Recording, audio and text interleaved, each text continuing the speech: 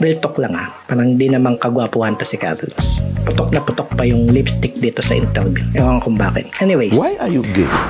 Yan ang modern type of love. Opo, Mag-start sa DM. Okay. Kasi COVID po eh. Yeah. So hindi. COVID. Okay. Opo, Di tayo.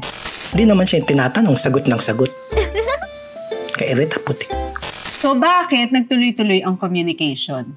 Ano yung interesting na napansin nyo sa conversation nyo? Ako hindi ako interesting.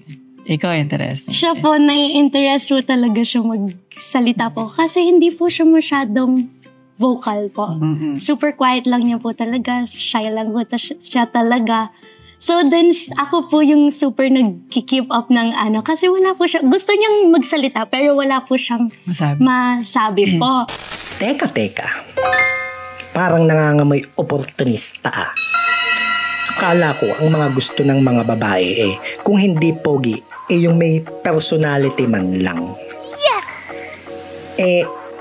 Real talk lang parang di naman kagwapuhan to si Carlos. Putok na putok pa yung lipstick dito sa interview. Ewan kung bakit. Anyways. Why are you gay? Di ba kung di gwapo, may personality man lang yung gusto nyong mga babae. Parang wala naman si Carlos parehas nun. Kasi wala naman daw kwenta kausap. Kaya nga siguro nabasted nung unang nililigawan.